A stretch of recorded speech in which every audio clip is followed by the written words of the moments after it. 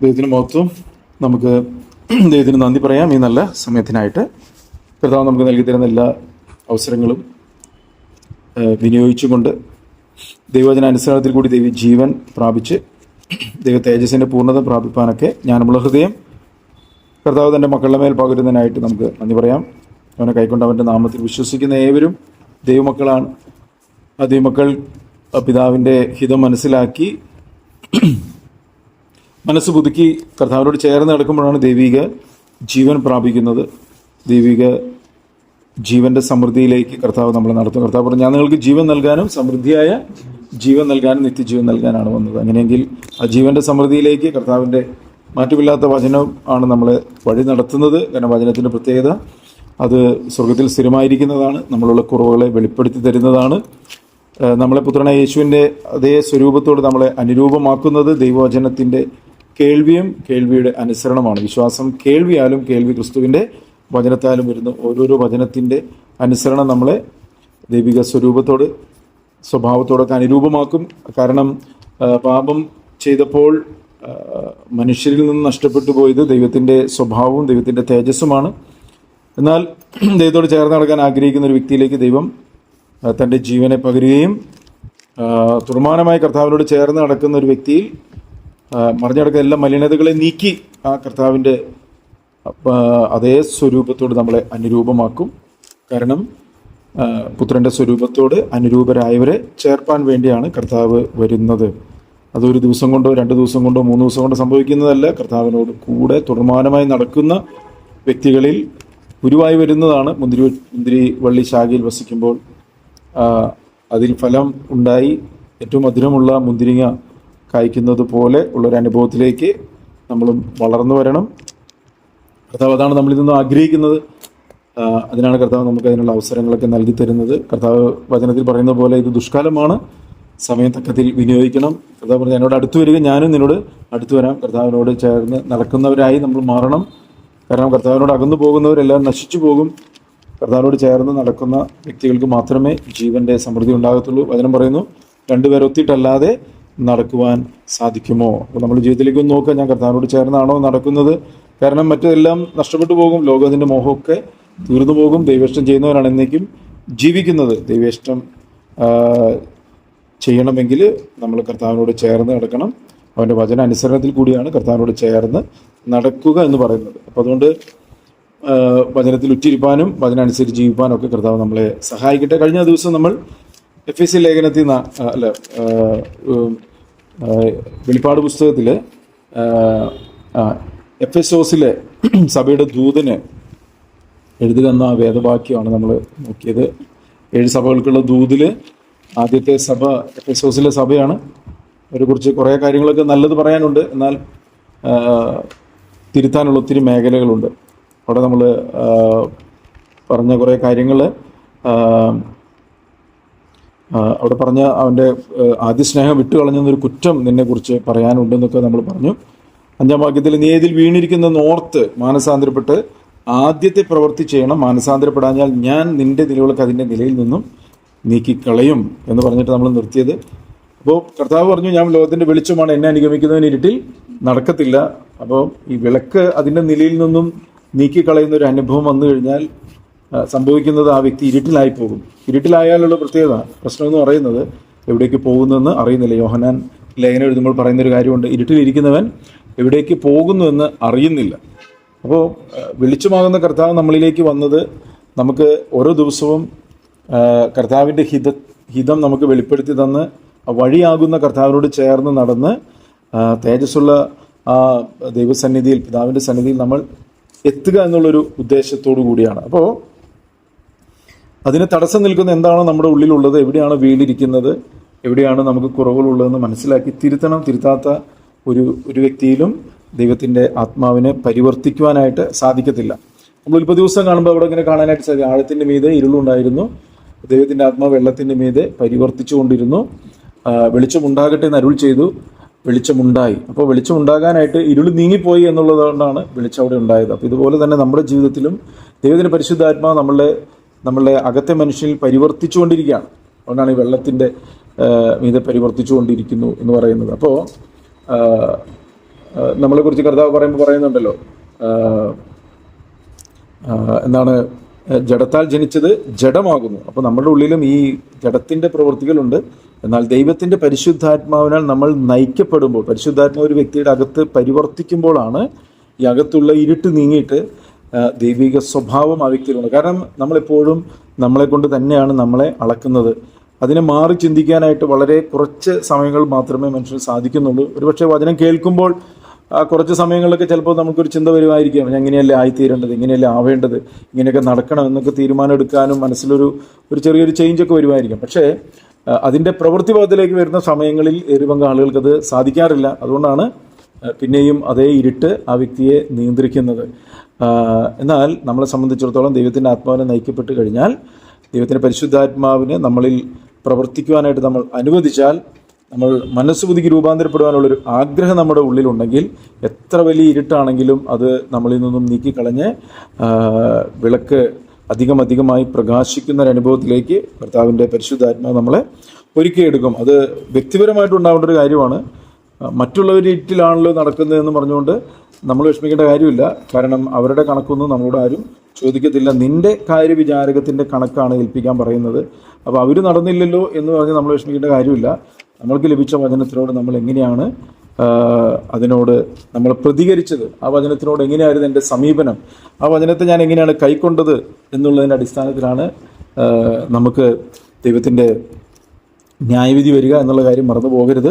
ന്യായവിധി എല്ലാവർക്കും ഉള്ള കാര്യമാണെന്നുള്ള കാര്യവും മറക്കരുത്. ശിക്ഷാവിധിയാണ് യേശുവിൽ വിശ്വസിക്കുമ്പോൾ മാറിപ്പോകുന്നത്, ന്യായവിധി മാറിപ്പോകുന്നില്ല. ന്യായവിധി മനുഷ്യനായി പറയുന്ന എല്ലാവർക്കും പറഞ്ഞിരിക്കുന്നു. നമ്മളും ന്യായവിധി ദിവസത്തിൽ ദൈവത്തിൻ്റെ സന്നിധിയിൽ നിൽക്കണം. കാരണം നമുക്ക് പ്രതിഫലം തരുവാൻ വേണ്ടിയിട്ടാണ്. ദൈവവചനം പറയുന്നു, ഇതാ ഞാൻ വേഗത്തിൽ വരുന്ന ഓരോരുത്തന് അവനവൻ്റെ പ്രവൃത്തികൾക്ക് തക്കവണ്ണം പ്രതിഫലം കൊടുക്കുവാൻ എൻ്റെ പക്കൽ ഉണ്ട്. അപ്പോൾ പ്രതിഫലമുണ്ട്. അപ്പോൾ ആ പ്രതിഫലം നമ്മൾക്ക് ദൈവസന്നിധിയിൽ നിന്നും പ്രാപിക്കണമെങ്കിൽ ഇന്ന് നമ്മൾ ദൈവം വചനം കേട്ട് പുത്രൻ നടന്നതുപോലെ നമ്മൾ നടക്കുകയും മനസ്സ് പുതുക്കുകയൊക്കെ ചെയ്യണം. മാനസാന്തരപ്പെടണം, പാപങ്ങൾ വിട്ടുതിരിയണം, താഴ്മയുള്ളവരായിരിക്കണം, നന്മയാൽ തിന്മയെ ജയിക്കണം. അങ്ങനെ ഒത്തിരി കാര്യങ്ങൾ നമ്മൾ കേട്ടിട്ടുണ്ടല്ലോ, അത് നമ്മുടെ ജീവിതത്തിൽ പ്രാവർത്തികമാക്കണം. ഇന്ന് അതിൻ്റെ 6-ാമത്തെ വാക്യം തൊട്ട് വായിക്കുമ്പോൾ, വെളിപ്പാട് പുസ്തകം അതിൻ്റെ 2-ാം അധ്യായം അതിൻ്റെ 6-ാം വാക്യം, എങ്കിലും നിക്കോലാവ്യരുടെ നടപ്പ് നീ പകയ്ക്കുന്നു എന്നൊരു നന്മ നിനക്കുണ്ട്, അത് ഞാനും പകയ്ക്കുന്നു. ആത്മാവ് സഭകളോട് പറയുന്നത് എന്തെന്ന് ശരിയുള്ളവൻ കേൾക്കട്ടെ. ഇപ്പൊ നിക്കോലാവ്യർ എന്ന് പറഞ്ഞു കഴിഞ്ഞാൽ ഈ ലോകപ്രകാരമൊക്കെ നടക്കുന്ന അവരുടെ നടപ്പ് പകയ്ക്കുന്ന എന്ന് പറഞ്ഞാൽ, നമുക്കറിയാം ഒരു ദൈവ പൈതൽ എങ്ങനെയാണ് നടക്കേണ്ടതെന്ന്. നമ്മൾ ദൈവവചനത്തിൽ കൂടിയും യേശു നമുക്ക് കാണിച്ചെന്ന മാതൃകയിൽ കൂടിയും അപ്പസ്തലന്മാർ നടന്ന മാതൃകയിൽ കൂടിയൊക്കെ നമുക്കറിയാം ഒരു ദൈവ പൈതൽ എങ്ങനെയാണ് നടക്കേണ്ടത്, അവൻ്റെ ജീവിതം എങ്ങനെയായിരിക്കണം, ബന്ധങ്ങൾ എങ്ങനെയായിരിക്കണം, കൂട്ടുകെട്ടുകൾ എങ്ങനെയായിരിക്കണം, അവൻ്റെ കാഴ്ചപ്പാടുകൾ എങ്ങനെയായിരിക്കണം, അതുപോലെ വസ്ത്രധാരണം, ബന്ധങ്ങൾ, ഇതൊക്കെ എങ്ങനെയായിരിക്കണമെന്ന് ദൈവവചനത്തിൽ കൂടി നമുക്ക് ബോധ്യം ഉണ്ട്. എന്നാൽ ദൈവമക്കളാണെന്ന് പറയുകയും ദൈവവചനത്തിൻ്റെ നഗ്നമായ ലംഘനങ്ങൾ ചെയ്യുന്ന വലിയൊരു കൂട്ടം ഈ നാളുകളിൽ ഉണ്ട്. അപ്പോൾ ഇവിടെ പറയുകയാണ് നിക്കോലാവ്യരുടെ എന്ന് പറഞ്ഞാൽ, അവിടെ പറഞ്ഞതിന് അർത്ഥത്രേ ഉള്ളൂ, ലോകപ്രകാരം നടക്കുന്ന ദൈവ വഴിയിൽ നടക്കേണ്ടതിന് പകരം മനഃപൂർവ്വം ലോകപ്രകാരം നടക്കുന്നവരുടെ നടപ്പ് നീ പകയ്ക്കുന്നു എന്നൊരു കുറ്റം, നീ പകയ്ക്കുന്നു എന്നൊരു നന്മ നിനക്കുണ്ട്. അപ്പോൾ ഇവിടെ പറയുകയാണ്, നീ നിക്കോലാവ്യരുടെ നടപ്പ് നീ പകയ്ക്കുന്നുണ്ട് എന്നൊരു നന്മ നിനക്കുണ്ട്, അത് ഞാനും പകയ്ക്കുന്നു എന്ന് പറഞ്ഞാൽ ആ ഒരു കാര്യത്തിൽ കാര്യങ്ങളൊക്കെ ഗ്രഹിക്കുന്നുണ്ട്. പക്ഷേ നമ്മൾ ഈ ലോകപ്രകാരം നടക്കുന്നവരെ കണ്ട് നമ്മളത് തെറ്റാണെന്ന് മനസ്സിലാക്കി നമ്മൾ തുടർമാനമായി തിരുത്തി നമ്മൾ കർത്താവിനോട് ചേർന്ന് നടക്കുമ്പോൾ മാത്രമേ ദൈവത്തിന് നമ്മൾ പ്രസാദം ഉണ്ടാകത്തുള്ളൂ. നമ്മൾ ഏതെങ്കിലും ഒരു കാര്യത്തിൽ മാത്രം നല്ല പ്രവൃത്തി ചെയ്തുകൊണ്ടൊന്നും അങ്ങനെ ദൈവം നമ്മളിൽ പ്രസാദിക്കുന്ന ഒരു അനുഭവത്തിലേക്ക് തീരത്തില്ല.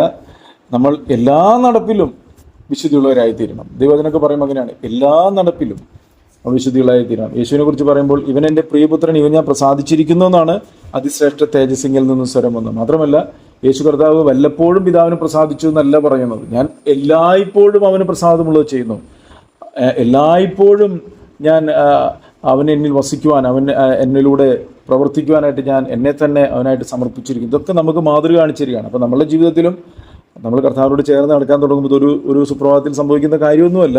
വീണ്ടും ജന്മം പ്രാപിച്ചൊരു വ്യക്തി ആത്മാവിനാൽ നയിക്കപ്പെട്ട് ജഡത്തിൻ്റെ പ്രവൃത്തികളെ മരിപ്പിക്കുമ്പോൾ അത് വളരെ ബുദ്ധിമുട്ടുള്ള കാര്യമാണ്. എന്നാൽ കർത്താവ് നമ്മളെ സഹായിക്കും. നമുക്കൊരു ആഗ്രഹം ഉണ്ടെങ്കിൽ, ദൈവവചനം പറയുന്നു, ആഗ്രഹിക്കുന്ന ആത്മാക്കളെ ദൈവം തൃപ്തിപ്പെടുന്നു. അപ്പോൾ കാരണം ഈ ലോകത്തിൻ്റെ മോഹങ്ങളിൽ ഒരു വ്യക്തി നയിക്കപ്പെടാനായിട്ട് തുടങ്ങിക്കഴിഞ്ഞാൽ ദൈവ ഹിതത്തിൽ നിന്നും മാറിപ്പോകും. കാരണം ലോകവും അതിൻ്റെ മോഹമൊക്കെ ഒഴിഞ്ഞു പോകും. വ്യഭിചാരിണികളായുള്ളവരെ ലോകസ്നേഹം ദൈവത്തോട് ശത്രുത്വം എന്ന് നിങ്ങൾ അറിയുന്നില്ല. നമ്മൾ ഒരുപക്ഷെ ലോകം പറയുന്ന ഒരു വ്യഭിചാരത്തിലേക്കൊന്നും പോകുന്നില്ലായിരിക്കാം. പക്ഷേ കൊരിന്ത്യ ലേഖനത്തിൽ അപ്പോസ്തലനായ പൗലോസ് പറയുന്നുണ്ട്, ഞാൻ നിങ്ങളെ ക്രിസ്തു എന്ന ഏകപുരുഷനും നിർമ്മല കന്യകയായി വിവാഹ നിശ്ചയം ചെയ്തിരിക്കുന്നു. സർപ്പം ഹവ്വായ ഉപായത്താൽ ചതിച്ചതുപോലെ നിങ്ങളുടെ മനസ്സ് ക്രിസ്തുവിനോടുള്ള നിർമ്മലതയും ഏകാഗ്രതയും വിട്ട് വഷളായി പോകുമെന്ന് ഞാൻ ഭയപ്പെടുന്നു. അപ്പോൾ നമ്മളെ കർത്താവിനായിട്ട് വേർതിരിച്ചൊരു വ്യക്തി കർത്താവിൻ്റെ ഇഷ്ടത്തിന് വിരുദ്ധമായി സ്വയത്തിൻ്റെ ഇഷ്ടങ്ങളിലേക്ക് പോകുന്നതിനെയാണ് വ്യഭിചാരം എന്ന് പറയുന്നത്. അപ്പോൾ ഇത് നമ്മൾ മനസ്സിലാക്കി നമ്മൾ ജീവിതത്തിലേക്ക് നോക്കുന്നത്. കാര്യം ഈ പറയുന്നൊരു വ്യഭിചാരം ചെയ്യുന്നത് ആരും അറിയത്തില്ല. എന്നാൽ ദൈവവചനത്തിൽ കൂടി ദൈവത്തിൻ്റെ പരിശുദ്ധാത്മാവിൽ നയിക്കപ്പെടുവാൻ ആഗ്രഹിക്കുന്ന ഒരു വ്യക്തിക്ക് നമ്മുടെ അകത്ത് ഏതെങ്കിലും തരത്തിലുള്ള ലോകത്തിൻ്റെ മോഹം കയറിയിട്ടുണ്ടോ ഉണ്ടെങ്കിൽ അതിനെ നീക്കിക്കളയാനായിട്ട് ഏറ്റുപറഞ്ഞ് ഉപേക്ഷിക്കാനായിട്ടൊക്കെ സാധിക്കും. അത് നമുക്ക് കർത്താവിനോട് ചേർന്ന് കൂടുതൽ നയിക്കപ്പെടുവാനൊക്കെയുള്ള വലിയ കൃപ കർത്താവ് നമുക്ക് നൽകും. അപ്പോൾ ഇവിടെ പറയാണ്, എങ്കിലും നിക്കോലാവരുടെ നടപ്പ് നീ പകയ്ക്കുന്നു എന്നൊരു നന്മ നിനക്കുണ്ട്, അത് ഞാനും പകയ്ക്കുന്നു. അതിൻ്റെ 17-ാം അധ്യായം എന്താണ് ഈ ലോകം എന്നുള്ളതിനെ കുറിച്ച് നമുക്ക് നോക്കാം. ഈ 17-ാം അധ്യായത്തിൻ്റെ അതേ വെളിപ്പാട് പുസ്തകം 17-ാം അധ്യായത്തിൻ്റെ 3 മുതൽ 5 വരെ നമ്മൾ വായിക്കുമ്പോൾ,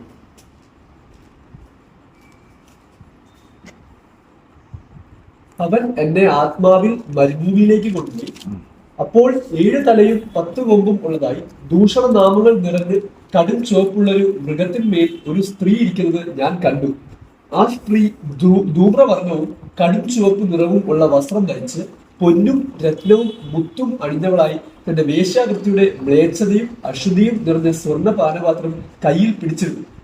മർമ്മം മഹദിയാം ബാബിലോൺ, വേശ്യമാരുടെയും മ്ലേച്ഛതകളുടെയും മാതാവ് എന്നൊരു പേർ അവരുടെ നെറ്റിയിൽ എഴുതിയിട്ടുണ്ട്. അപ്പൊ ഇവിടെ പറയുന്നത് കേട്ടോ, ഈ ലോകത്തിന്റെ ഒരു സംഭവത്തെ കുറിച്ചാണ് പറയുന്നത്.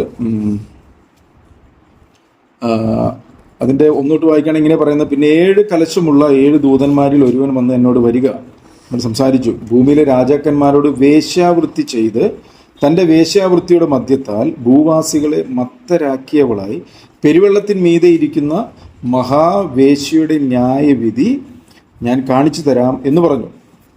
അപ്പോൾ ഇന്ന് ലോകത്തെ മുഴുവൻ ദൈവത്തിൽ നിന്നും അകറ്റിക്കൊണ്ടുപോകുന്ന ആ ഒരു തിന്മയുടെ ശക്തിയെയാണ് ഈ പറയുന്നത്. എന്ന് പറഞ്ഞാൽ വശീകരിച്ചു കൊണ്ടുപോകുക, ദൈവത്തിൻ്റെ ഹിതം എന്താണെന്നോ ദൈവത്തെ അന്വേഷിക്കുവാനൊന്നും സമയം കൊടുക്കാതെ ലോകത്തിൻ്റെ മ്ലേച്ഛതകളിലേക്ക്, മോഹങ്ങളിലേക്ക്, അല്ലെങ്കിൽ തീക്കായി ചുട്ടഴിവാനുള്ള ലോകമോഹങ്ങളിലേക്ക് മനുഷ്യരെ വശീകരിക്കുന്ന ഒരു ശക്തിയെയാണ് ഈ കാണിക്കുന്നത്. എന്നിട്ട് പറയാ,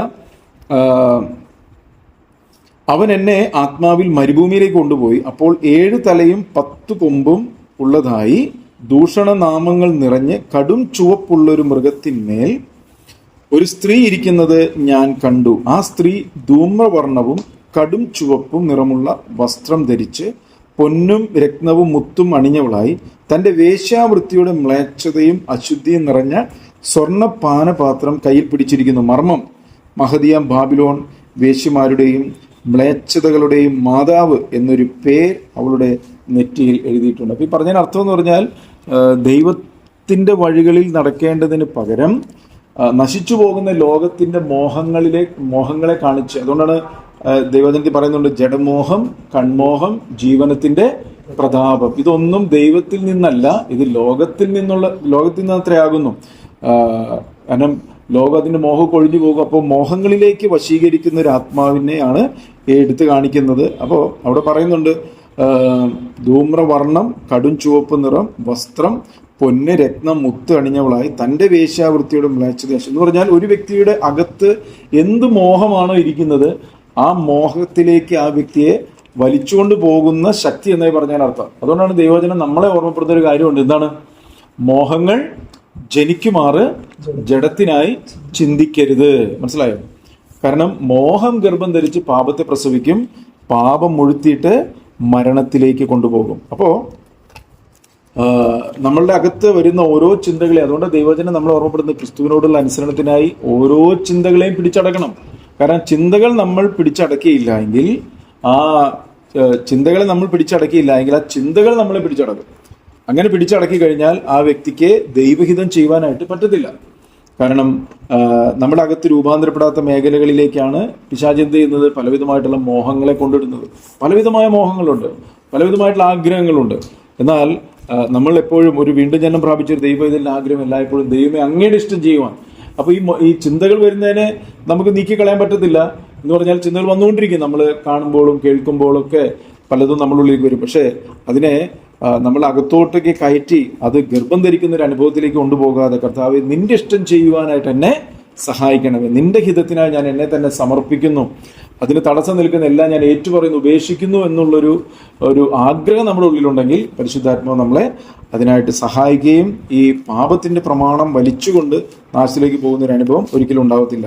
ഇത് പറഞ്ഞത് ലോകത്തെക്കുറിച്ചാണെങ്കിൽ അതിൻ്റെ 14 അധ്യായത്തിൻ്റെ 1 മുതൽ 5 വരെ നമ്മൾ വായിക്കുമ്പോൾ അവിടെ നമുക്ക് ഈ സഭയുടെ ഒരു ചെറിയൊരു ചിത്രം നമുക്ക് അവിടെ കാണാനായിട്ട് സാധിക്കും. പിന്നെ ഞാൻ സിയോൻ മലയിൽ കുഞ്ഞാടും അവനോട് കൂടെ നെറ്റിയിൽ അവന്റെ നാമവും പിതാവിന്റെ നാമവും എഴുതിയിരിക്കുന്ന 144,000 പേരും നിൽക്കുന്നത് കണ്ടു. പെരുവെള്ളത്തിന്റെ ഇരച്ചിൽ പോലെയും വലിയൊരു ഇടിമുഴക്കം പോലെയും സ്വർഗത്തിൽ നിന്ന് ഒരു ഘോഷം കേട്ടു. ഞാൻ കേട്ട ഘോഷം വൈദികന്മാർ വീട് വീട്ടുന്നത് പോലെ ആയിരുന്നു. അവർ സിംഹാസനത്തിനും 4 ജീവികൾക്കും മൂപ്പന്മാർക്കും മുൻപാകെ ഒരു പുതിയ പാട്ട് പാടി. ഭൂമിയിൽ നിന്ന് വിലയ്ക്ക് വാങ്ങിയിരുന്ന 144,000 പേർക്കല്ലാതെ ആർക്കും ആ പാട്ട് പഠിപ്പാൻ കഴിഞ്ഞില്ല. അവർ കന്യകമാരായികയാൽ സ്ത്രീകളോടുകൂടെ മാലിന്യപ്പെടാത്തവർ. കുഞ്ഞാട് പോകുന്നിടത്തൊക്കെയും അവർ അവരെ അനുഗമിക്കുന്നു. അവരെ ദൈവത്തിനും കുഞ്ഞാടിനും ആദ്യ ഫലമായി മനുഷ്യരുടെ ഇടയിൽ നിന്ന് വീണ്ടെടുത്തിരിക്കുന്നു.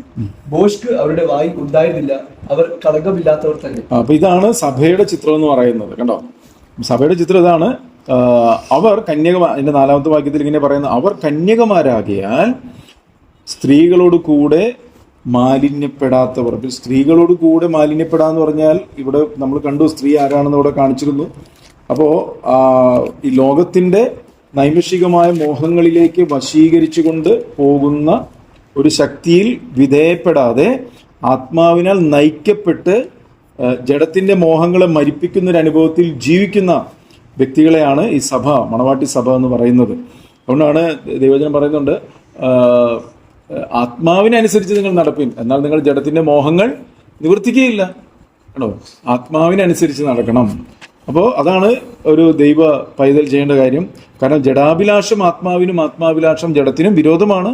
ആ ജഡത്തെ അനുസരിച്ച് നടക്കുന്നെങ്കിൽ നിങ്ങൾ മരിക്കും നിശ്ചയം. ആത്മാവിനാൽ ജഡത്തിന്റെ പ്രവൃത്തികളെ മരിപ്പിക്കുന്നുവെങ്കിലോ നിങ്ങൾ ജീവിക്കും. അപ്പൊ ഇവിടെ പറയാണ്, അവർ കന്യകമാരാകിയാൽ സ്ത്രീകളോട് കൂടെ മാലിന്യപ്പെടാത്തവർ. അപ്പൊ സ്ത്രീ ആരാണെന്നുള്ളതും അല്ലെങ്കിൽ സ്ത്രീ എന്തിനാണ് വെളിപ്പെടുത്തുന്നതും നമ്മൾ കണ്ടു. അവിടെ കണ്ടോ, മഹദിയാം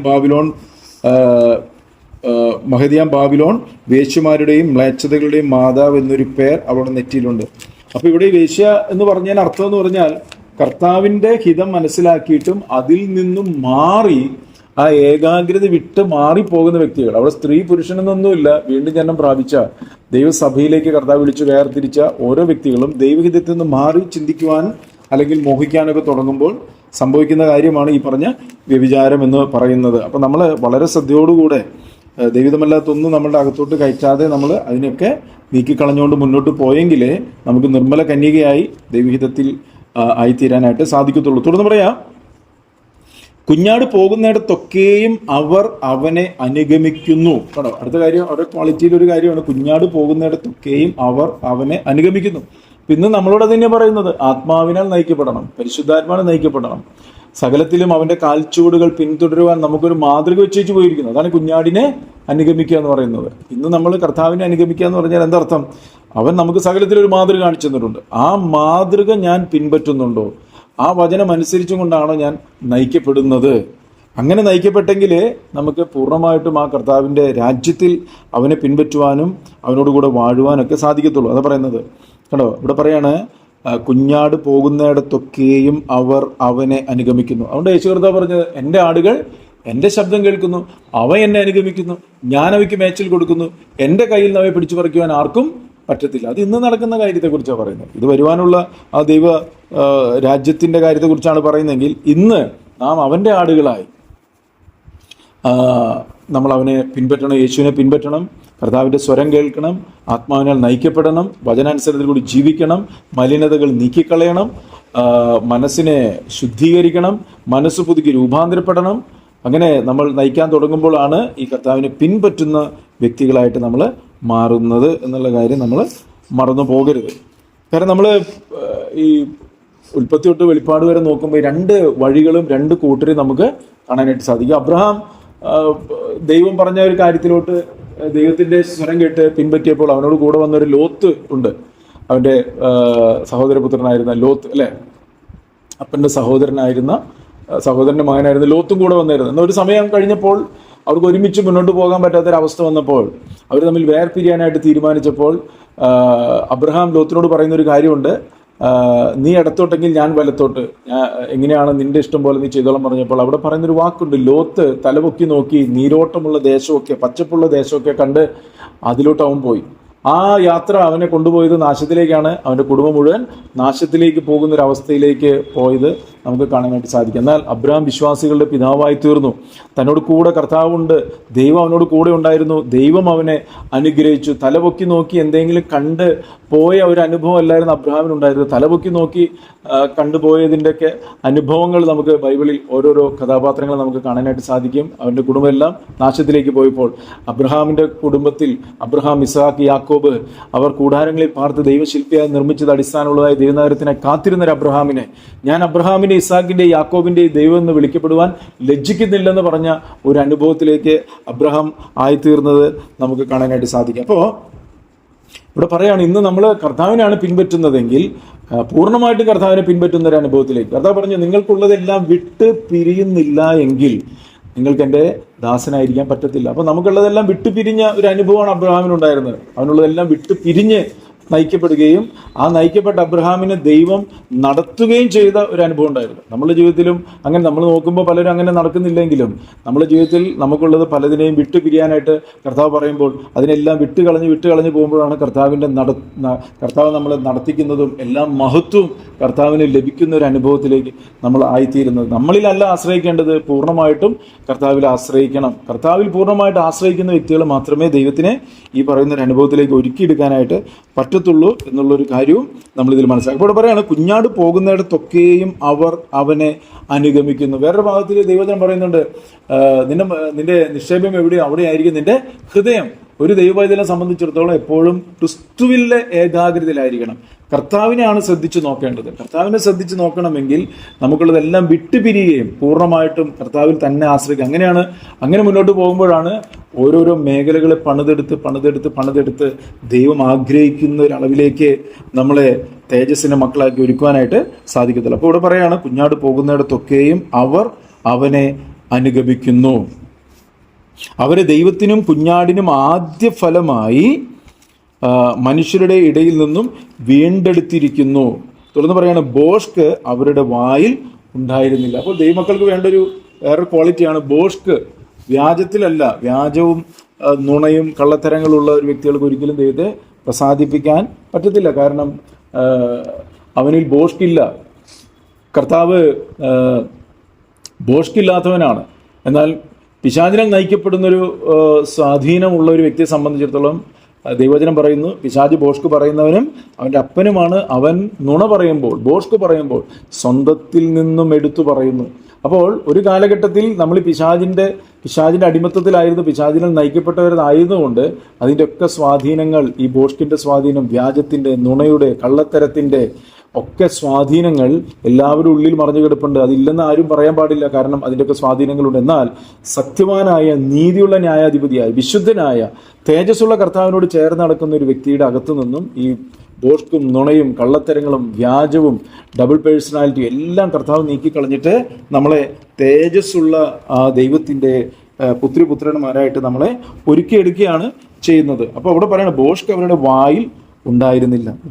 വേറൊരു ഭാഗത്ത് ഇങ്ങനെ പറയുന്നുണ്ട്, അധമമായത് ഒക്കെ നിന്റെ വായിൽ നിന്ന് നീ നീക്കിക്കള, ഉത്തമമായത് നീ സംസാരിക്കുക, എന്നാൽ യഹോവയുടെ അധരങ്ങളെ പോലെ നിന്റെ അധരങ്ങളെ ഞാൻ മാറ്റും. കാരണം ഹൃദയം നിറഞ്ഞു കവിയുന്നതാ വായി പ്രസ്താവിക്കുന്നത്. നമ്മളുടെ ഹൃദയം നേരുള്ളതായിരിക്കണം, വിശുദ്ധിയുള്ളതായിരിക്കണം. ഒരു ഉറവിൽ നിന്ന് 2 തരം വെള്ളം പുറപ്പെട്ടു വരത്തില്ല. അപ്പോൾ നമ്മുടെ ഹൃദയം എല്ലായ്പ്പോഴും ദൈവസന്നിധിയിൽ വിശുദ്ധിയും നേരുള്ളതാണെങ്കിൽ മാത്രമേ നമുക്ക് എപ്പോഴും നമ്മുടെ വാക്കുകൾ ഉപ്പിനാൽ രുചി വരുത്തിയത്, കേൾക്കുന്നവർക്ക് കൃപ ലഭിക്കേണ്ടതിന് നിങ്ങളുടെ വാക്കുകൾ എല്ലായ്പ്പോഴും ഉപ്പിനാൽ രുചി വരുത്തിയതും കൃപയോട് കൂടി ഇതായിത്തീരത്തുള്ളൂ. അതല്ല എങ്കിൽ നമ്മൾ അകത്തുനിന്നും പുറപ്പെട്ടു വരുന്നത് ഈ പറയുന്ന അശുദ്ധികളൊക്കെ ആയിരിക്കും. കയ്പും പകയും വെറുപ്പും വിദ്വേഷമൊക്കെ നമ്മുടെ അകത്തിരുന്നു കഴിഞ്ഞാൽ അതായിരിക്കും പുറപ്പെട്ടു വരിക എന്ന് നമ്മൾ മനസ്സിലാക്കണം. നമ്മുടെ ഉള്ളിൽ ഈ പറയുന്ന സംഭവങ്ങളൊന്നും ഇരിക്കാനായിട്ട് പാടില്ല. മാർക്കോസിന്റെ സുവിശേഷം നമ്മൾ വായിക്കുമ്പോൾ അവിടെ ഒരു കഥാപാത്രമുണ്ട്, യോഹന്നാൻ സ്നാപകൻ എന്ന് പറയും. മാർക്കോസ് സുവിശേഷം 6-ാം അധ്യായത്തിൽ അതിൻ്റെ 19-ാം വാക്യം, അവിടെ മാർക്കോസിന് സുവിശേഷം അതിന്റെ 19-ാം വാക്യം. ഹെരോദ്യോ അവന്റെ നേരെ പകവെച്ച് അവനെ കൊല്ലുവാനും ഇച്ഛിച്ചു, സാധിച്ചില്ലാതാനും. യോഹന്നാൻ നീതിയും വിശുദ്ധിയും ഉള്ള പുരുഷൻ എന്ന് ഹെരോദാവ് അറിഞ്ഞ് അവനെ ഭയപ്പെടുകയും അവനെ കാത്തുകൊള്ളുകയും ചെയ്തു. അവിടെ ഒരു കാര്യം പറഞ്ഞോ, യോഹന്നാൻ സ്നാപകനെ കുറിച്ച് പറയുന്നത് ഹെരോദിയോ അവന്റെ നേരെ പകവെച്ചു എന്ന് പറഞ്ഞാൽ ഹെരോദാവിന്റെ ഭാര്യയാണ് ഹെരോദ്യ എന്ന് പറയുന്നത്. ഹെരോദാവ് തന്റെ സഹോദരന്റെ ഭാര്യ പരിഗ്രഹിച്ചതുകൊണ്ട് അത് നിനക്ക് വിഹിതമല്ലെന്ന് യോഹന്നാൻ പറഞ്ഞതുകൊണ്ട് ഈ പരിഗ്രഹിച്ച ഭാര്യയായ ഹെരോദ്യ എന്ത് ചെയ്തു? യോഹന്നാനെതിരെ പക വെച്ചോണ്ടോ. അവിടെ ഒരു വാക്ക് നോക്കി, അവന്റെ നേരെ പക വെച്ച് അവനെ കൊല്ലുവാനും ഇച്ഛിച്ചു. അതുകൊണ്ടാണ് ദൈവവചനത്തിൽ പറയുന്നത് പക വഴക്കുകൾക്ക് കാരണമാകും, സ്നേഹമോ ആത്മീക വർധന വരുത്തുന്നു. അപ്പോൾ ഒരു വഴക്കുണ്ടാകുന്ന ഒരു വ്യക്തിയെ കൊല്ലുന്ന, അല്ലെ കൊല്ലുക എന്ന് പറഞ്ഞു കഴിഞ്ഞാൽ കൊന്നുകളയെന്നുള്ള അർത്ഥത്തിൽ ഇവിടെ യഥാർത്ഥത്തിൽ കൊല്ലുവാനായിട്ടുള്ള ഒരു മനോഭാവമായിരുന്നു. ഒരു വ്യക്തിയുടെ അകത്ത് പകയും കയ്പും നീരസവും പിണക്കവും വിദ്വേഷമൊക്കെ ഉണ്ടെങ്കിൽ ആ ശക്തി, ആ ആത്മാവ് ആ വ്യക്തി എന്തുകൊണ്ടിരിക്കും? അതിനെ ഈ പറയുന്ന ഒരു അനുഭവത്തിലേക്ക് പ്രേരിപ്പിച്ചുകൊണ്ട്. എന്നിട്ട് പറയാം, യോഹന്നാൻ നീതിയും വിശുദ്ധിയുമുള്ള പുരുഷൻ. കേട്ടോ, യോഹന്നാനെ കുറിച്ച് ഇങ്ങനെ ഒരു കാര്യം പറയുന്നത് ഇപ്പോഴാണ് തെളിഞ്ഞു. നോക്കെ, യോഹന്നാനെ സംബന്ധിച്ച് പറയണം, അവൻ നീതിയും വിശുദ്ധിയുമുള്ള പുരുഷൻ എന്ന് ഹേരോദാവ് അറിഞ്ഞ് അവനെ ഭയപ്പെടുകയും അവനെ കാത്തുകൊള്ളുകയും ചെയ്തു. കേട്ടോ, അപ്പോൾ നമ്മുടെ ജീവിതത്തിലും നമ്മൾ ഈ പറയുന്ന, കേട്ടോ, ഞാൻ പറയാൻ ഉദ്ദേശിച്ച കാര്യം ഇതാണ്, നീതിയും വിശുദ്ധിയുമുള്ള ഒരു വ്യക്തിയായിരുന്നു ആര്? ഹെരോദാവ്. അപ്പോൾ നമ്മുടെ ജീവിതത്തിലും നമുക്ക് നീതിയും വിശുദ്ധിയുള്ള ഒരു വ്യക്തിയായി നമ്മൾ വളർന്നു വരണമെങ്കിൽ നമ്മുടെ അകത്തുനിന്നും ബോഷ്കും മലിനതകളൊക്കെ എന്ത് ചെയ്യണം?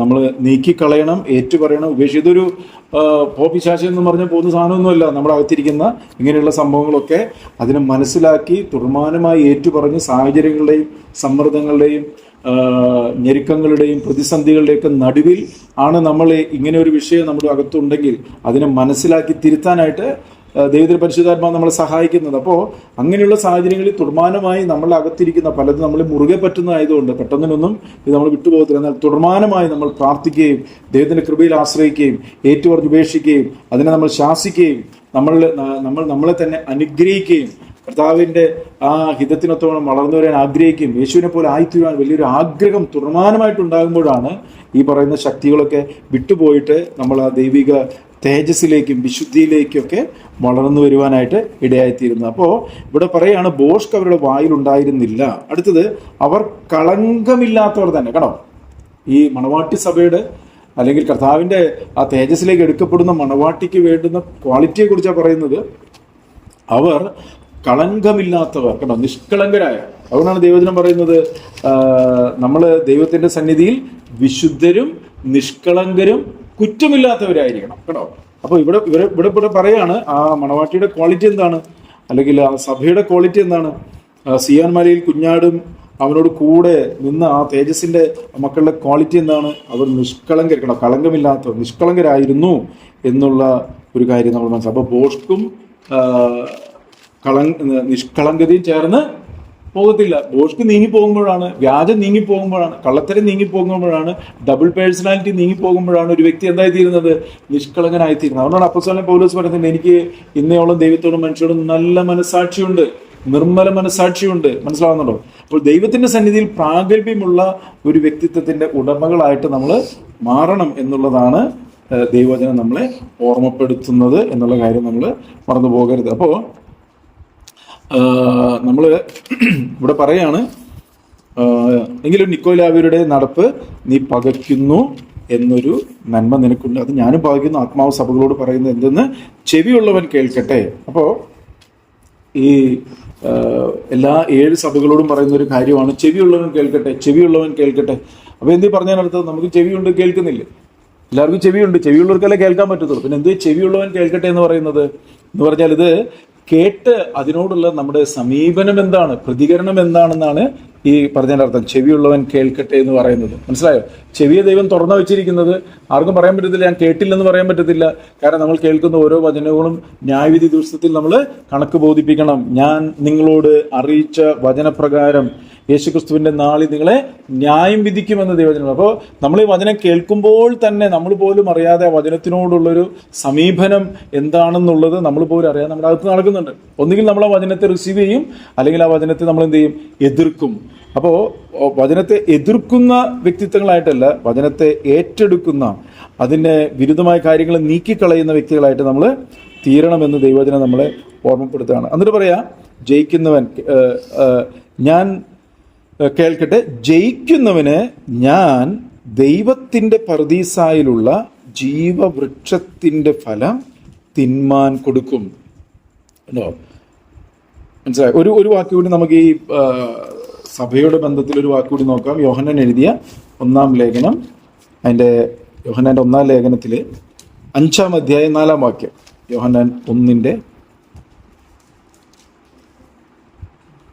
5-4 ദൈവത്തിൽ നിന്ന് ജനിച്ചതൊക്കെയും ലോകത്തെ ജയിക്കുന്നു, ലോകത്തെ ജയിച്ച ജയമോ നമ്മുടെ വിശ്വാസം തന്നെ. യേശു ദൈവപുത്രൻ എന്ന് വിശ്വസിക്കുന്നവൻ അല്ലാതെ ആരാകുന്നു ലോകത്തെ ജയിക്കുന്നവൻ? കേട്ടോ, ഇവിടെ പറയാണ് കേട്ടോ, നമ്മൾ ഈ മുകളിൽ പറഞ്ഞ ഒരു അനുഭവത്തിലേക്ക് നമ്മൾക്ക് ജീവിക്കണമെങ്കിൽ എന്ത് അറിയണം? ലോകത്തെ നമ്മൾ ജയിക്കണം.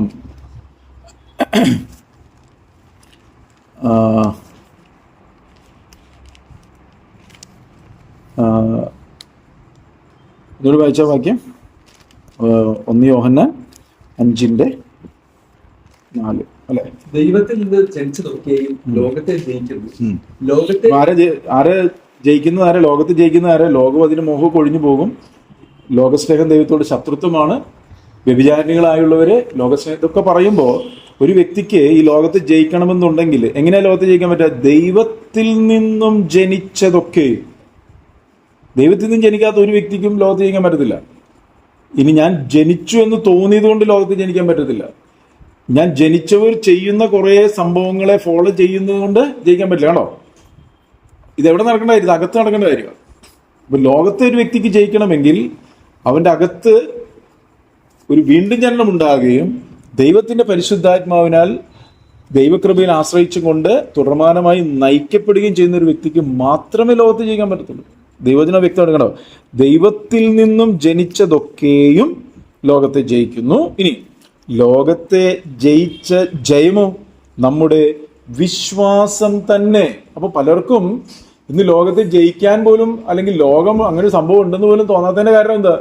യഥാർത്ഥത്തിൽ വിശ്വാസമില്ല. പറഞ്ഞ ശ്രദ്ധിക്കുന്നുണ്ടോ? എന്ത് വിശ്വാസം എന്ന് പറഞ്ഞാൽ എന്ത് വിശ്വാസം? അത് ഇറ്റേണൽ ആയിട്ടുള്ള കാര്യങ്ങളാണ്. അപ്പോൾ വീണ്ടും ജനനം പ്രാപിച്ച ഒരു ദൈവ പൈതലിലും മാത്രമേ ഇറ്റേണൽ ആയിട്ടുള്ള കാര്യങ്ങളെ കാണാൻ പറ്റത്തുള്ളൂ. അപ്പോ അതുകൊണ്ടാണ് പറയുന്നത്, കണ്ടോ,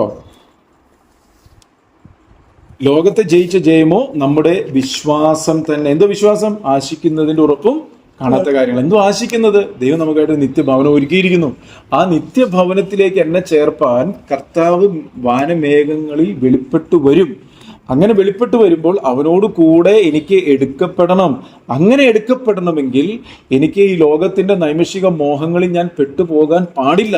അങ്ങനെ പെട്ടുപോകാൻ പാടില്ല എന്നൊരു വ്യക്തിയെ ബോധ്യപ്പെടുത്തുന്നതും അവനെ ആ ലോകത്തിന്റെ മോഹങ്ങളിൽ പെടാതെ വണ്ണം നയിക്കുന്നതും ആരാണ്? അവന്റെ അകത്തുരുവായ ദൈവമനുഷ്യനാണ്, പരിശുദ്ധാത്മാവാണ്. അതുകൊണ്ടാണ് ഇവിടെ പറഞ്ഞത് ലോകത്തെ, ദൈവത്തിൽ നിന്ന് ജനിച്ചവനൊക്കെ ലോകത്തെ ജയിക്കുന്നു. ലോകത്തെ ജയിച്ച് ജയിക്കുമ്പോൾ നമ്മുടെ വിശ്വാസം തന്നെ. അപ്പോൾ ഇന്ന് പലർക്കും വിശ്വാസം പലതരത്തിലാണ്. അപ്പൊ എന്ത് വിശ്വാസം? ദൈവം നമുക്കൊരു നിത്യഭവനം ഒരുക്കുന്നു. യേശു കർത്താവ് പറഞ്ഞാൽ എൻ്റെ പിതാവിന്റെ ഭവനത്തിൽ അനേകം വാസസ്ഥലങ്ങളുണ്ട്, ഇല്ലെങ്കിൽ ഞാൻ നിങ്ങളോട് പറയുമായിരുന്നു. കാരണം മനുഷ്യന്റെ മനസ്സ് മുഴുവൻ ഇവിടുത്തെ ലോകത്തെ ഉടക്കി കിടക്കുന്നത്. ഇത് നശിച്ചു പോകുന്നതാണെന്ന് തിരിച്ചറിഞ്ഞ് ദൈവം എനിക്കൊരു നിത്യത ഒരുക്കുന്നുണ്ടെന്നുള്ളൊരു ബോധ്യം ഉണ്ടാകുകയും അതിൽ തുടർമാനമായി വളർന്നു വരികയും ചെയ്യുന്ന ഒരു വ്യക്തിക്ക് മാത്രമേ ലോകത്ത് ജയിക്കാൻ പറ്റത്തുള്ളൂ. മനസ്സിലായോ? അപ്പൊ ഈ ഒരു ബോധ്യം നമ്മളിൽ നൽകുന്നത് ദൈവത്തിന്റെ പരിശുദ്ധാത്മാവാണ്. ആ ഒരു ബോധ്യം നമ്മളിൽ ഉളവാകുന്നില്ലെങ്കിൽ ആ വ്യക്തി എന്ത് ചെയ്യണം? നോക്കണം. എന്ത് ഇവിടെ പറയാണ് കണ്ടോ, ഒരു വീണ്ടും ജനനം നമ്മളിൽ ഉണ്ടായിട്ടുണ്ടോ എന്ന് നമ്മൾ നോക്കണം എന്നാണ് ഈ പറഞ്ഞ അർത്ഥം. കേട്ടോ, അങ്ങനെ ഒരു വീണ്ടും ജനനം ഉണ്ടായിട്ടുണ്ടെങ്കിൽ ആ വീണ്ടും ജനനം പ്രാപിച്ച് ദൈവത്തിന്റെ ആത്മാവ് അവനെ എപ്പോഴും ഉയരത്തിലുള്ളത്, നിലനിൽക്കുന്നത്, നശിച്ചു പോകാത്തത്, നിത്യമായത്, തേജസ്സേറിയത്, വിശുദ്ധമായതിനേക്കായിരിക്കും എന്ത് ചെയ്യുന്നത്? കൊണ്ടുപോകുന്നത്. അപ്പോൾ ഈ ഒരു അനുഭവത്തിലായിരിക്കണം നമ്മളെല്ലാവരും എന്ത് ചെയ്യേണ്ടത്? വളർന്നു വരേണ്ടത് എന്ന് ദൈവം നമ്മൾ. കാരണം ഈ ലോകത്ത് നമ്മൾ ജീവിക്കുമ്പോൾ പലപ്പോഴും നമ്മൾ പോലും അറിയാതെ ഈ വീണ്ടും ജനനം പ്രാപിച്ച ദൈവമക്കളെ പോലും ദൈവ വഴിയിൽ നിന്ന് തിരിച്ചു കൊണ്ടുപോകാൻ വേണ്ടിയിട്ട് പിശാച് ശ്രമിച്ചുകൊണ്ടിരിക്കും. അതാണല്ലോ നമ്മൾ വചനത്തേക്ക് വായിക്കും. എന്നാൽ നമ്മൾ ഈ വചനം കേൾക്കുമ്പോൾ നമ്മൾ നമ്മളെ തന്നെ സമർപ്പിക്കണം. യേശുവിന്റെ കർത്തൃത്വത്തിനായിട്ട് നമ്മളെ തന്നെ സമർപ്പിക്കണം. യേശു, ഞാൻ എന്നെ തന്നെ സമർപ്പിക്കുന്നു, എൻ്റെ പാപങ്ങൾ എന്നോട് ക്ഷമിക്കണം, എൻ്റെ അകൃത്യങ്ങൾ, ലംഘനങ്ങൾ, പാപങ്ങൾ എന്നോട് ക്ഷമിക്കണം. പരിശുദ്ധാത്മാവെ, അങ്ങേ ദുഃഖിപ്പിക്കുകയോ നിന്ദിപ്പിക്കുകയോ എതിർക്കുകയോ കെടുക്കുകയോ ചെയ്ത് എന്തെങ്കിലും ഉണ്ടെങ്കിൽ എന്നോട് ക്ഷമിക്കണം. യേശുവിന്റെ രക്തത്താൽ എൻ്റെ പാപക്കറകളെ കഴുകിക്കളയണം. പരിശുദ്ധാത്മാവ് എങ്ങനെയും വസിച്ചുകൊണ്ട് ഈ വിശ്വാസത്തിൽ ഉറപ്പുള്ളവരായി, പ്രത്യാശയിൽ സമൃദ്ധിയുള്ളവരായി നയിക്കപ്പെടുവാൻ എന്നെ സഹായിക്കണം എന്ന് നമ്മൾ പ്രാർത്ഥിക്കുമ്പോൾ ദൈവത്തിന്റെ ആത്മാവ് നമ്മളെ അധികമായി ശക്തിപ്പെടുത്തുകയും ഈ ലോകത്തിന്റെ മോഹങ്ങളിൽ പെട്ടുപോകാതെ, നൈമിഷിക മോഹങ്ങളിൽ പെട്ടുപോകാതെ ദൈവത്തിന്റെ കരുതലിൽ നമ്മളെ വഴി നടത്തുകയും ചെയ്യും. അപ്പോൾ ഇവിടെ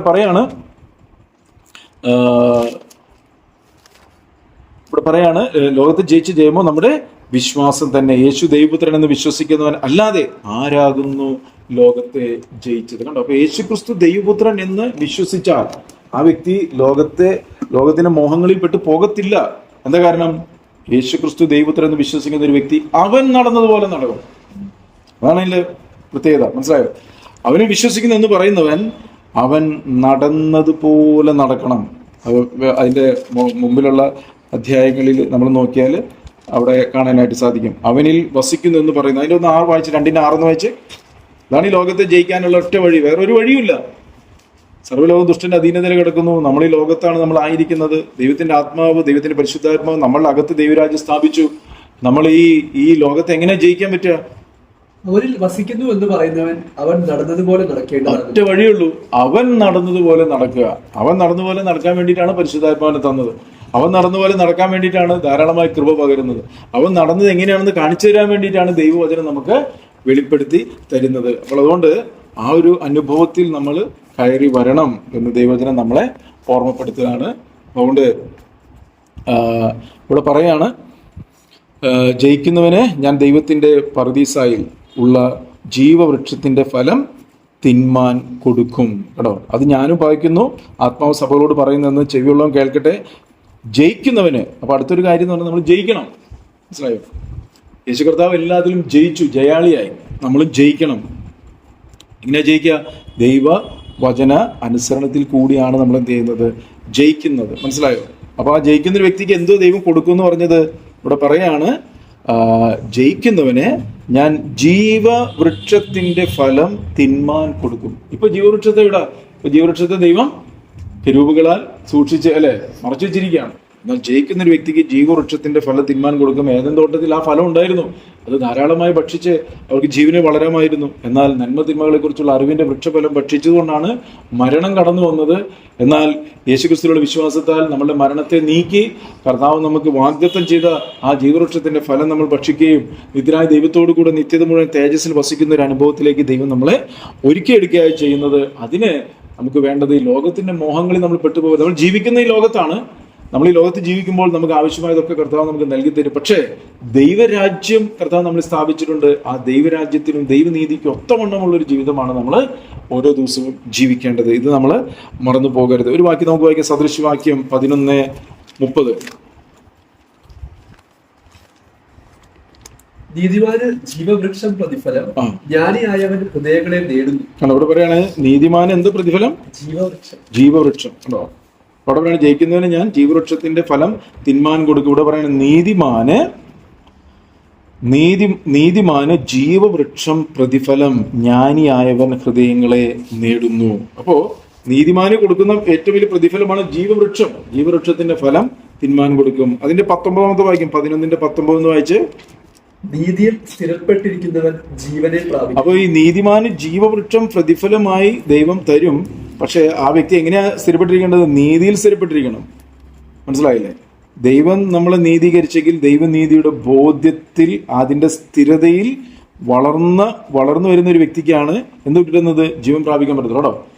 നീതിയിൽ സ്ഥിരപ്പെട്ടിരിക്കുന്നവൻ ജീവനെ പ്രാപിക്കുന്നു, ദോഷത്തെ പിന്തുടരുന്നവനോ തന്റെ മരണത്തിനായി പ്രവർത്തിക്കുന്നു. അപ്പോൾ നീതിയിൽ സ്ഥിരപ്പെട്ടിരിക്കുന്ന ഒരു വ്യക്തി അവൻ ജീവവൃക്ഷം പ്രതിഫലമായി ലഭിക്കുന്ന ഒരു അനുഭവത്തിലേക്കാണ് വളർന്നു വരുന്നത്. അപ്പോൾ നീതിയിൽ സ്ഥിരപ്പെടുക, അതിൽ തന്നെ തുറമാനമായി നിൽക്കുക, നീതീകരിച്ച ബോധ്യത്തിൽ വളർന്നു വരിക എന്നുള്ളത് വളരെ പ്രാധാന്യമുള്ള ഒരു കാര്യമാണ്. അപ്പോൾ അതുകൊണ്ട് ഇവിടെ പറയാണ് ജയിക്കുന്നവനെ, അല്ലെ, ഞാൻ ദൈവത്തിന്റെ പറുദീസായിലുള്ള ജീവവൃക്ഷത്തിന്റെ ഫലം തിന്മാൻ കൊടുക്കും. 22:1-5 വരെ വായിച്ച വെളിപ്പാട് പുസ്തകം 22:1 മുതൽ 5 വരെയുള്ള വാക്യം. അനവധി സമ്പത്തിലും കീർത്തിയും വെളിപ്പാട് പുസ്തകം 22 അതിന്റെ 1 മുതൽ 5 വരെ. വീതിയുടെ നടുവിൽ ദൈവത്തിന്റെയും കുഞ്ഞാടിന്റെയും സിംഹാസനത്തിൽ നിന്ന് പുറപ്പെടുന്നതായി പളുങ്കുപോലെ ശുഭ്രമായ ജീവജല നദിയും അവൻ എന്നെ കാണിച്ചു. നദിക്ക് ഇക്കരെയും അക്കരെയും ജീവവൃക്ഷമുണ്ട്. അത് 12 വിധം ഫലം കായ്ച്ച് മാസം തോറും അതത് ഫലം കൊടുക്കുന്നു. വൃക്ഷത്തിന്റെ ഇല ജാതികളുടെ രോഗശാന്തിക്ക് ഉതകുന്നു. യാതൊരു ശാപവും ഇനി ഉണ്ടാകയില്ല. ദൈവത്തിന്റെയും കുഞ്ഞാടിന്റെയും സിംഹാസനം അതിലിരിക്കും. അവന്റെ ദാസന്മാർ അവനെ ആരാധിക്കും. അവർ അവന്റെ മുഖം കാണും. അവന്റെ നാമം അവരുടെ നെറ്റിയിലിരിക്കും. ഇനി രാത്രി ഉണ്ടാകുകയില്ല. ദൈവമായ കർത്താവ് അവരുടെ മേൽ പ്രകാശിക്കുന്നത് കൊണ്ട് വിളക്കിന്റെ വെളിച്ചവും സൂര്യന്റെ വെളിച്ചവും അവർക്ക് ആവശ്യമില്ല. അവർ എന്നേക്കും രാജാക്കന്മാരായിരിക്കും. അപ്പൊ നമ്മൾ ഈ ഒരു അനുഭവത്തിലേക്കാണ് നമ്മൾ ജയാളിയായി പോകുന്നത്. നമ്മൾ പുസ്തകം തീരാണ് 22-ാം അധ്യായത്തില്. 21-ാം അധ്യായത്തിൽ പുതിയ ആകാശം പുതിയ ഭൂമിയൊക്കെ നമുക്ക് കാണാനായിട്ട് സാധിക്കും. അപ്പോൾ ഇനി സംഭവിക്കാൻ പോകുന്നത്, കർത്താവിന്റെ വരവെങ്കിൽ സഭ എടുക്കപ്പെടുന്നു, മധ്യാകാശത്തിലോട്ട് എടുക്കപ്പെടുന്ന സഭ 7 വർഷം കർത്താവിനോടുകൂടെ ആയിരിക്കുകയും വരുവാനുള്ള 1000 ആണ്ട് വാഴ്ച എങ്ങനെയാണ് എന്നുള്ളത് ദൈവം അവരെ പഠിപ്പിക്കുകയും ഒരുക്കുകയും അതിനുശേഷം ഈ ഭൂമിയിൽ കർത്താവ് തന്റെ രാജ്യം സ്ഥാപിക്കുമ്പോൾ ആ രാജ്യത്തിൽ 1000 ആണ്ട് വാഴുന്നു. ആ 1000 ആണ്ട് വാഴുമ്പോൾ അവിടെ ഉള്ള പല കാര്യങ്ങളെ കുറിച്ചാണ് ഇവിടെ താഴെ പറയുന്നത് കേട്ടോ. ഇവിടെ പറയാണ് അവിടെ ഒരു പളുങ്ക് ശുഭ്രമായ ജീവജല നദി, വീതിയുടെ നടുവിൽ ദൈവത്തിന്റെയും കുഞ്ഞാടിന്റെയും സിംഹാസനത്തിൽ നിന്ന് പുറപ്പെടുന്നതായി പളുങ്കുപോലെ ശുഭ്രമായ ജീവജല നദി അവൻ എന്നെ കാണിച്ചു. ആ നദിയുടെ പ്രത്യേകത, നദിയുടെ ഇക്കരെയും അക്കരെയും ജീവവൃക്ഷമുണ്ട് കേട്ടോ. അത് 12 വിധം ഫലം കായ്ച്ച് മാസം തോറും അതത് ഫലം കൊടുക്കുന്നു. വൃക്ഷത്തിന്റെ ഇല ജാതികളുടെ രോഗശാന്തിക്ക് ഉതകുന്നു. അപ്പൊ അതൊക്കെ 1000 ആണ്ട് വാഴ്ചയിലുള്ള കാര്യങ്ങളാണ് ഈ പറയുന്നത്. തുടർന്ന് പറയാം, യാതൊരു ശാപവും ഇനി ഉണ്ടാകില്ല, കാരണം ശാപത്തെ എല്ലാം കർത്താവ് നീക്കിക്കളഞ്ഞു. അടുത്തത് ഉണ്ടാകില്ല, ദൈവത്തിന്റെയും കുഞ്ഞാടിന്റെയും സിംഹാസനം അതിലിരിക്കും. അപ്പോ കർത്താവ് ഈ ഭൂമിയിൽ രാജാവായിട്ട് വാഴുന്ന കാര്യത്തെക്കുറിച്ചാണ് പറയുന്നത്. എന്നിട്ട് അവന്റെ ദാസന്മാർ അവനെ ആരാധിക്കും, അവർ അവന്റെ മുഖം കാണും. അപ്പോൾ ഈ തേജസ്സുള്ള കർത്താവിനെ തേജസ്സിൽ കാണുകയും കർത്താവിന്റെ വാഗ്ദത്ത വചനം അനുസരിച്ചുകൊണ്ട് ജീവിച്ച ഓരോ വ്യക്തികൾക്കും കർത്താവ് കൊടുക്കുന്ന ഏറ്റവും വലിയ അനുഗ്രഹമാണ് ഈ ഭൂമിയിൽ തന്നെ 1000 ആണ്ട് വാഴ്ച. ആ കർത്താവിനോടുകൂടെ അന്ന് വാഴുവാനായിട്ടാണ് ഇന്ന് നമ്മളോട് പറയുന്നത്, ഈ ലോകത്തിൽ സാത്താനാൽ ഭരിക്കപ്പെടുന്ന ലോകത്താൽ വശീകരിക്കപ്പെട്ടു പോകരുത്. അതിൽ പെട്ടുപോയി കഴിഞ്ഞാൽ ദൈവത്തിന്റെ ആ രാജ്യത്തിലേക്ക് പ്രവേശിക്കാൻ പറ്റത്തില്ല. സാത്താനെയും അവനോട് കൂടെ പോയവരെല്ലാം അഗ്നി നരകത്തിലേക്ക് തള്ളിയിടും എന്നുള്ളതൊക്കെ നമുക്ക് വചനത്തിൽ കാണാം. അവനോട് കൂടെ പെട്ടുപോകരുത്, നമ്മൾ കർത്താവിനോട് ചേർന്ന് നടക്കണം. എന്നിട്ട് പറയാ, അവർ അവന്റെ മുഖം കാണും, അവരുടെ നാമം അവരുടെ നെറ്റിയിലിരിക്കും കേട്ടോ. അവന്റെ നാമം അവന്റെ നെറ്റിയിലിരിക്കും. ഇനി രാത്രി ഉണ്ടാകുകയില്ല കേട്ടോ. ദൈവമായ കർത്താവ് അവരുടെ മേൽ പ്രകാശിക്കുന്നത് കൊണ്ട്. അതാണ് നമ്മൾ നേരത്തെ പറഞ്ഞത്, നിന്റെ വിളക്ക് കെട്ടുപോകരുത് കേട്ടോ. നിന്റെ നിലവിളക്ക് അതിന്റെ നിലയിൽ നിന്നും നീക്കും. അപ്പൊ നീ മാനസാന്തരപ്പെട്ട് യഥാസ്ഥാനപ്പെട്ട് വെളിച്ചത്തിൽ നടന്നു കഴിഞ്ഞാൽ ഇവിടെ എന്താ സംഭവിക്കുന്നത്? ദൈവമായ കർത്താവ് അവരുടെ മേൽ പ്രകാശിക്കുന്നത് കൊണ്ട് എന്ന് പറഞ്ഞാൽ എന്താ അർത്ഥം? ആ തേജസ്സിനാൽ നിറയപ്പെട്ട് അവരും തേജസ് പ്രാപിച്ചു എന്ന് പറഞ്ഞു. അവരും ആ സൂര്യന്റെ തേജസ്സിലേക്ക് അവർ മാറുകയാണ്. സൂര്യന്റെ തേജസ്, ചന്ദ്രന്റെ തേജസ്, നക്ഷത്രങ്ങളുടെ തേജസ്, നക്ഷത്രങ്ങളും തമ്മിൽ തേജസ് കൊണ്ട് വ്യത്യാസമുണ്ട് അല്ലേ? നമ്മള് മത്തായിയുടെ സുവിശേഷത്തില് യേശു തേജസ്കരിക്കപ്പെട്ടവനായിട്ട് നമ്മൾ കാണുന്നില്ലേ? അവനോട് കൂടെ മോശ ഏലിയാവുണ്ട്. അപ്പൊ അവിടെ ഒരു വിളക്കം കത്തിച്ചു വെച്ചിരുന്നില്ല. അവര് തേജസ്സിലാണ് നിന്നിരുന്നത്. ഇതേ തേജസ് ദൈവമക്കൾ പ്രാപിച്ച കാര്യമാണ് പറയുന്നത്. ഇനി രാത്രി ഉണ്ടാകില്ല, കാരണം ഇവര് തേജസ്സായിട്ട് നിൽക്കുന്നത് കൊണ്ട്, ദൈവമായ കർത്താവ് അവരുടെ മേൽ പ്രകാശിക്കുന്നതുകൊണ്ട്. എന്ന് പറഞ്ഞാൽ എന്തർത്ഥം? ആ കർത്താവിന്റെ തേജസ് കർത്താവ് തന്റെ മക്കളിലേക്ക് പകർന്ന് അവരും തേജസ്സുള്ളവരായി തീർന്നു. എന്നിട്ട് പറയാണ്, പ്രകാശിക്കുന്നതുകൊണ്ട് വിളക്കിന്റെ വെളിച്ചമോ സൂര്യന്റെ വെളിച്ചമോ അവർക്ക് ആവശ്യമില്ല. കാരണം അതിനേക്കാൾ ശോഭ അവർ പ്രാപിച്ചെടുക്കുകയാണ് ചെയ്യുന്നത്. അതിന് പറയാ അവർ എന്നേക്കും രാജാക്കന്മാരായിരിക്കും. അപ്പോ രാജാതി രാജാവും കർത്താതി കർത്താവുമായ കർത്താവിനോട് കൂടെ എന്നേക്കും ആ രാജാക്കന്മാർ എന്ന് പറഞ്ഞാൽ അതൊരു പദവിയെ കാണിക്കുന്നത്. വാഴത്തക്ക രീതിയിലാണ് ദൈവം നമ്മളെ ഒരുക്കുന്നത്. അതുകൊണ്ട് നമ്മൾ വീണ് കിടക്കുന്നൊരവസ്ഥയിലല്ല മാനസാന്തരപ്പെടുക.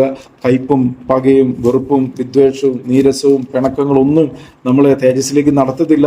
അതിനെല്ലാം നീക്കിക്കളഞ്ഞുകൊണ്ട് ഇത് ദുഷ്കാലമാണ്, നനച്ചിരിക്കാത്ത നാഴികയിൽ കർത്താവ് വരും, ആ സമയത്തൊന്നും ഓടിപ്പോയിട്ടൊന്നും നീക്കാൻ പറ്റത്തില്ല. എന്നാൽ നമുക്ക് നൽകിത്തരുന്ന അവസരങ്ങൾ, സാഹചര്യങ്ങൾ, ബന്ധങ്ങൾ, ഞെരുക്കങ്ങൾ, ഇല്ലായ്മകൾ ഒക്കെ നമ്മളെ ഈ തേജസ്സിലേക്ക് വഴി നടത്താൻ വേണ്ടിയിട്ടാണ്, നിലനിൽക്കുന്ന ആത്മഫലം പുറപ്പെടുവിക്കാൻ വേണ്ടിയിട്ടാണെന്ന് തിരിച്ചറിഞ്ഞ് ദൈവി ജ്ഞാനത്തിൽ കാര്യങ്ങളെ ചെയ്തും കൊണ്ട് തേജസ്സുള്ള കർത്താവിനെ തേജസ്സിൽ കാണുന്നൊരു അനുഭവത്തിലേക്ക് ഒരുങ്ങുവാൻ, കുറവുകളെ നീക്കിക്കളയുവാൻ കർത്താവിന്റെ പരിശുദ്ധാത്മാ നമ്മളെ സഹായിക്കട്ടെ. പ്രാർത്ഥിക്കാം. സുരക്ഷ പിതാവേ, അളവറ്റ കൃപയും കരുണയും ഞങ്ങളുടെ മേൽ പകരുന്ന ദൈവമേ, കർത്താവ് ജയാളിയായ ഒരു ജീവിതം ജയിപ്പാൻ കർത്താവെ, ജയിക്കുന്നതിന് ഞാൻ ജീവവൃക്ഷത്തിന്റെ ഫലം ഭക്ഷിപ്പാൻ തിന്മാൻ കൊടുക്കും എന്ന് പറഞ്ഞൊരു അനുഭവത്തിലേക്ക് കർത്താവെ കയറി വരുവാൻ, കർത്താവെ അങ്ങയുടെ തേജസ്സുള്ള കർത്താവിനെ തേജസ്സിൽ കാണുന്നൊരു അനുഭവത്തിലേക്ക് ഒരുങ്ങുവാൻ, ഓഷ്കില്ലാത്ത, വ്യാജമില്ലാത്ത, കള്ളത്തരമില്ലാത്ത, ട്രാൻസ്പെറൻ്റ് ആയിട്ടുള്ള കർത്താവെ അങ്ങയുടെ സന്നിധിയിൽ പ്രാഗൽഭ്യത്തോടെ നിൽക്കുന്ന ഒരു വ്യക്തി ജീവിതങ്ങളായി തീരുവാൻ ഞങ്ങൾ എല്ലാവരും സഹായിക്കണം. ഞങ്ങളുടെ ഭവനങ്ങൾ സ്വർഗീയ ഭവനങ്ങളായി തീരാൻ കർത്താവ് സഹായിക്കണം. എല്ലാവർക്കും തമ്മിൽ കൃപ തോന്നണം. ദുഷ്ടന്റെ ഇലപ്പെടാതെ കാക്കണമേ. വചനത്തിനോട് വലിയ ദാഹത്താൽ നിറയ്ക്കണമേ. കർത്താവ് ഇത് ചെയ്യുന്ന കൃപയ്ക്കായി നന്ദി. യേശുക്രിസ്തു നാമത്തിൽ പ്രാർത്ഥിക്കുമ്പോൾ കൃപ തോന്നി കേൾക്കണമേ സ്വർഗീയ പിതാവേ. ആമേൻ, ആമേൻ.